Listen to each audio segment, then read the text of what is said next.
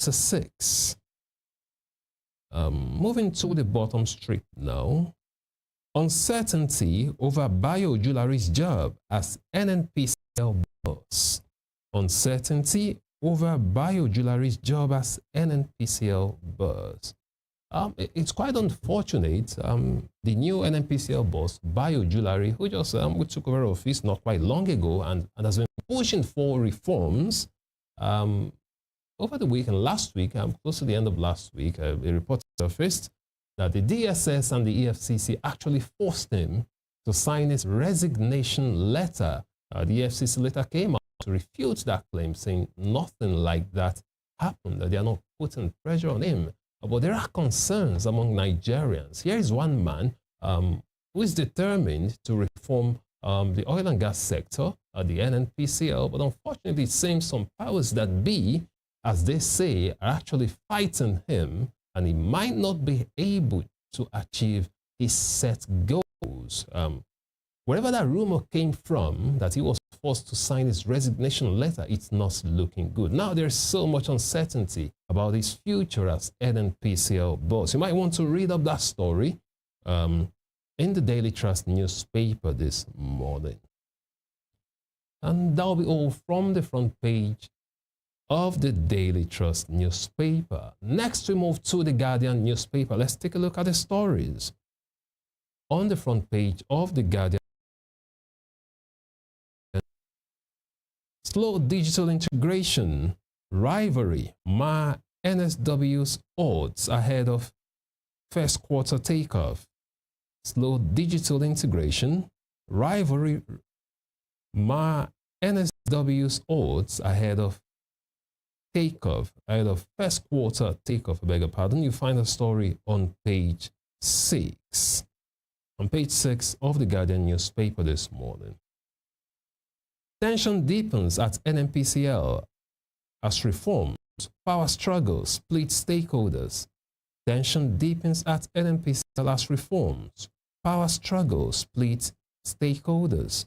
You find a story on page 3. Once again, talking about NNPCL and the uncertainty about the MD's job. It's talking about Bio-Jewelry. Away from that, ADC slammed Tinubu's 712 billion naira. That should be Murtala Mohammed International Airport, MMIA renovation as misplaced priority. ADC slammed Tinubu's 712 billion naira MMIA renovation as misplaced priority. You find a story on page 3.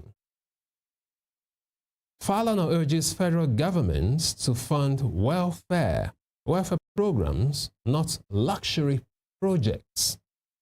Falana urges federal government to fund welfare programs, not luxury projects. You'll find a story on page 7. At this time, when a lot of Nigerians are facing hunger, millions of Nigerians are facing hunger, according to several reports, many Nigerians are living below the international poverty line. So critics are saying the federal government should, spend money on reforms and not just luxury projects like the renovation of the Murtala Mohammed International Airport we just talked about. Let's just hope they listen. If Nigerians were having a good life, if everything were okay, no one would be complaining about what is being spent on an airport, simply because times are hard right now for Nigerians. A lot of Nigerians are, facing harsh economic realities. That is why they are raising eyebrows. Majority are raising eyebrows that when you spend such money on, luxury projects, it doesn't really make any sense if the people are suffering. Away from that, still on the front page of the Guardian newspaper this morning. PDP leaders split on Jonathan Obi for 2027 presidential candidacy. PDP leaders split on Jonathan Obi for 2027 presidential candidacy. You'll find a story on page 6. Now, a lot of politics playing out there. PDP leaders considering Jonathan. Some leaders are of the opinion that Jonathan actually stands a good chance to come back. But Jonathan himself, that's former President Goodluck Ebele Jonathan, hasn't really said anything. He hasn't released any official statement to say that he's interested in, coming back, running for office again. Perhaps he might want to, perhaps he's taking a cue from US President Donald Trump, who came back and got back his mandate and became president. Who knows if Goodluck Ebele Jonathan might just do the same thing. But recall that his wife, Dame Patience Jonathan, came out some time ago to say that no, they are not running. They are not interested to go back to Aso Villa. But that's coming from the wife anyways. We need to hear from Mr. Jonathan himself, Mr. Goodluck Ebele Jonathan, whether or not he's interested in running for presidency once again, now that the PDP leaders are considering it. Another angle is that of Mr. Peter Obi, who Professor Jerry Garner, founding member of the PDP, has said actually stands a good chance to win the election if he runs under the platform of the PDP. Mr. Peter Obi actually left PDP in May 2022. He ran in 2019 on the PDP platform, a joint ticket. The talking about Atiku Abubakar as president, then Peter Obi as VP, that's in 2019. Then in May 2022, Peter Obi left the PDP. In 2023, Peter Obi ran under the platform of the Labour Party as the presidential candidate, while Atiku Abubakar ran on the platform of the PDP. Now the PDP is considering either Jonathan or Obi as their presidential candidate for 2027. We talk more about that in the course of the program this morning. Away from that, still on the front page of the Guardian newspaper this morning, below that story, we have NUC worries over professional bodies overreach. NUC worries over professional bodies overreach, seeks harmonized accreditation system. You find the story on page 8. Again, Nigeria rules Africa as the Tigress clinch 5th Afrobasket crown.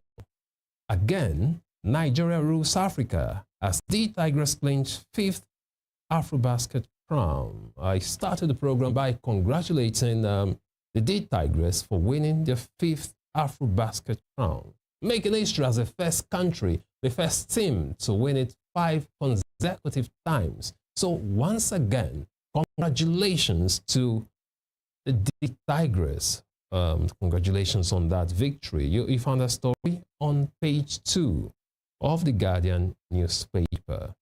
Below that, we have another story. Anglican's cake. Anglican's cake as England elects lesbian van as Archbishop. Anglican's cake as England elects lesbian van as Archbishop. You find that story on page 5. All right. Talking about having a lesbian as Archbishop. Should I say congratulations to the Anglican Church? Let me not dive into religious matters this morning. Below that, we have enemy raises alarm over unsafe doctors' quarters at Lagos Hospital 2 years after elevator incident. Quite unfortunate. Enemy raises alarm over unsafe doctors' quarters at Lagos Hospital 2 years after elevator incident. You'll find a story on page 7. Now, these are the kind of projects the government should look into. Recall there was an incident at the doctor's quarters. Unfortunately, I guess someone lost their life in that incident. Now they're saying the conditions have not improved up till now. Well, that'll be all from the front page of the Guardian newspaper this morning. Away from the Guardian newspaper, let's take a look at the front page of Nigerian Tribune. The Nigerian Tribune. On the Nigerian Tribune this morning, experts question FEC's approval of 712 billion naira for airport upgrade.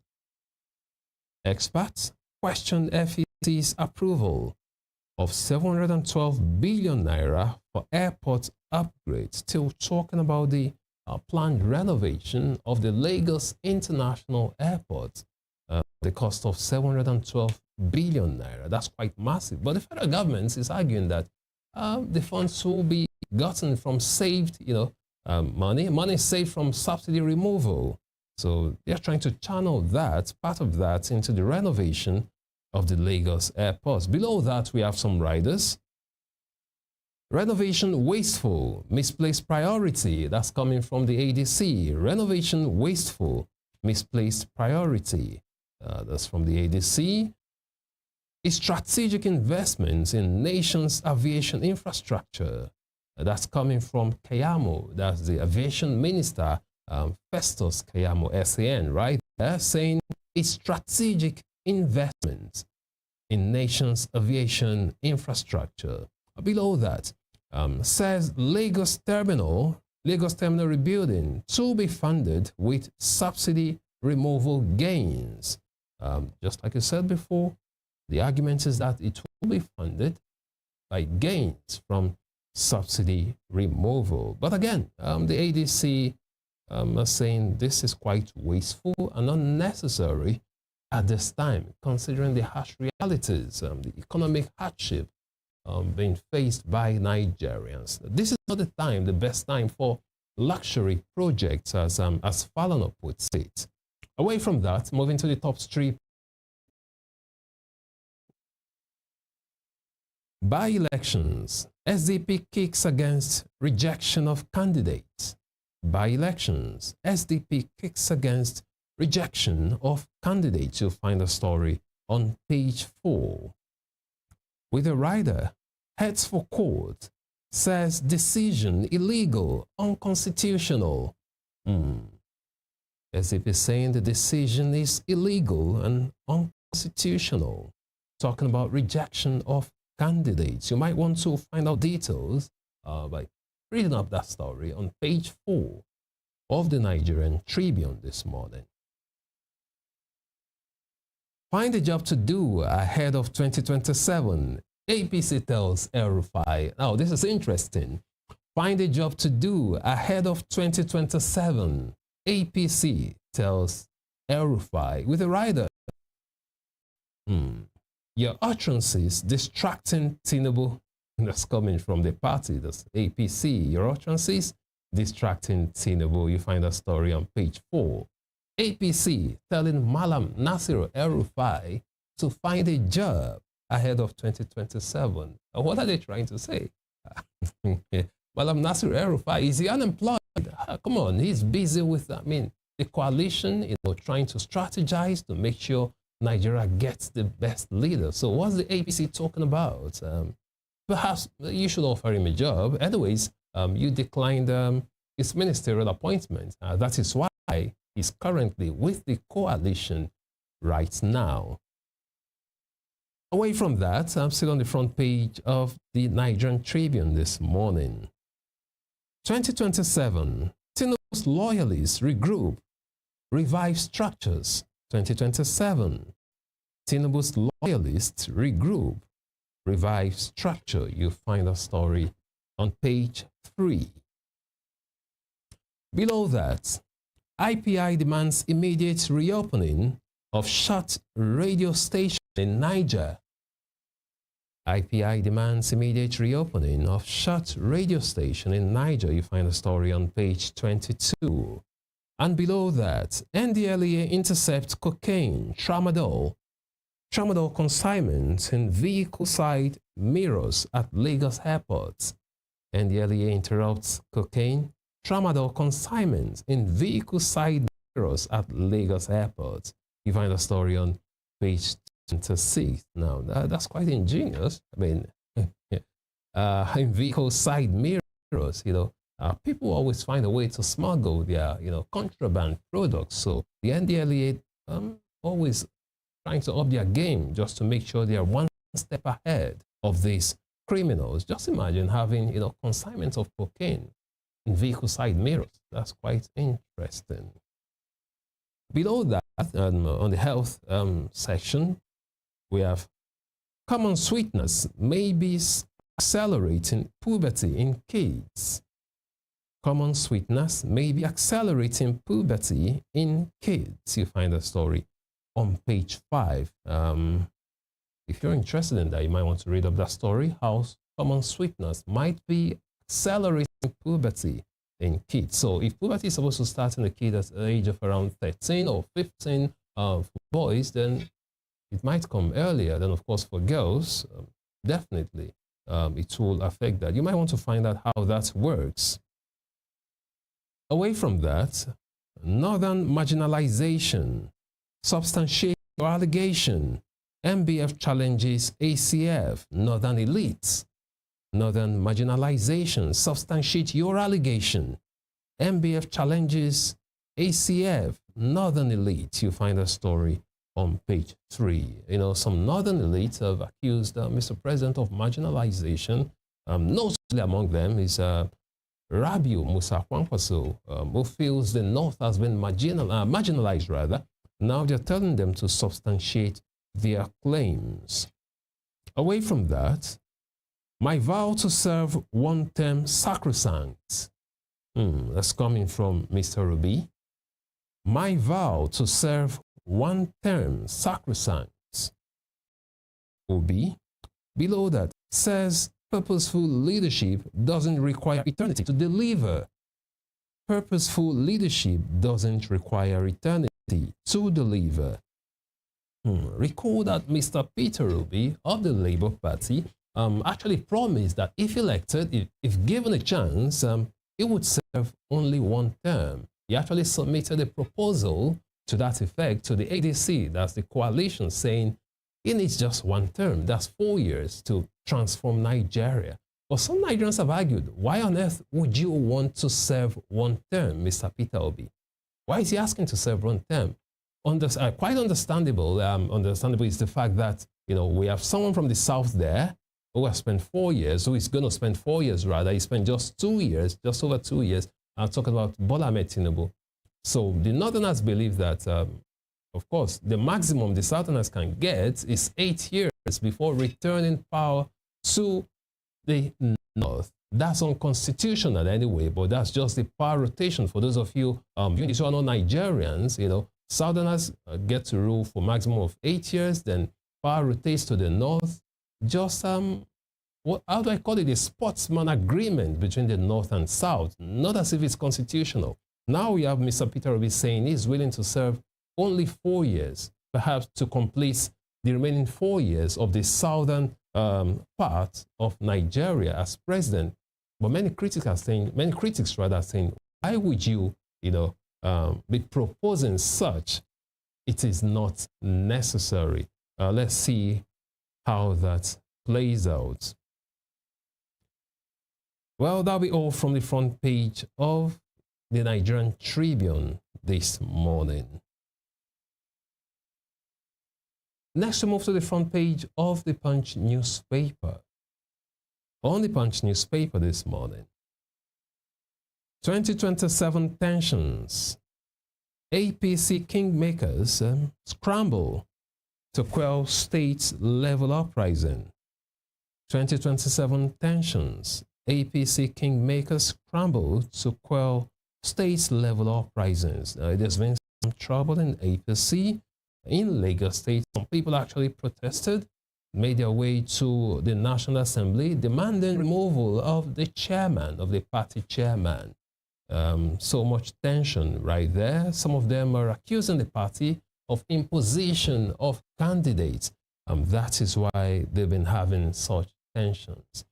Away from that, still on the front page of the Punch newspaper this morning. Below the banner headline, we have the rider factions. Legal battles grip party. Grips party strongholds, I beg your pardon. Party upbeat over crisis in Lagos, Rivers, Benue, Bayelsa, others. Talking about crisis in the APC. Away from that, fuel imports surge to 71% as marketers ditch local refineries. Fuel imports surge to 71% as marketers ditch local refineries. You find a story on page 27. Talking about surging fuel imports. And beside that story, you can see the picture of Alhaji Aliko Dangote, and as the president of the Dangote Group, and of course the Dangote refinery right there. Why are we still having a surge in fuel imports? You might want to read that story on page 27 of the Punch newspaper. Away from that, still on the front page of the Punch newspaper this morning, 2027, Obi's one-term presidency gambit sparks political firestorm. 2027, Obi's one-term 2027, Obi's one-term presidency gambit sparks political firestorm. You might want to read up that story on page 42 of the Punch newspaper this morning. Still talking about Peter Obi, who is currently still in the Labour Party. Now we're having talks. The PDP is trying to woo Mr. Peter Obi to join their team. We'll take a look at that in the course of the program this morning. Away from that, Oyetola vows sweeping reforms to end both mishaps as committee submits reports. Find details on page 27. Under fire, Keyamo defends 712 billion naira airport revamp. Under fire, Keyamo defends 712 billion naira airport revamp. You find the story on page 28. Talking about the Minister of Aviation, Mr. Festus Keyamo, who is currently under fire after announcing the approval of the sum of 712 billion naira for the renovation of the Lagos International Airport. A lot of backlash has followed that announcement, with the ADC saying it is unnecessary, it is reckless, it doesn't make any sense to be splashing such amounts of money on a luxury project, or so it seems. Away from that, First Holdco demonstrates resilience with robust half-year performance, grows earnings by 18.1% to 1.7 trillion naira. Just talking about First Holdco right there. First-tier financial institution to release its first half 2025 results. Still on the front page of the Punch newspaper this morning. 220 oil blocks abandoned amid debt, crude prices. 220 oil blocks abandoned amid debt, crude crisis. You'll find a story on page 28. And below that, striking doctors cripple Lautech hospital operations. Striking doctors cripple Lautech hospital operations. You'll find a story on page 42. Some health workers, doctors have gone on strike. The nurses too actually joined in that strike, but we understand the nurses code of their strike. I hope they reach an agreement with labor and the government. I guess so. Otherwise, that'll be all from the front page of the Punch newspaper this morning. And that also brings us to a conclusion of the newspaper review segment. We'll take a short break, and when we return, we dive into the critical conversations of the day. Please stay with us.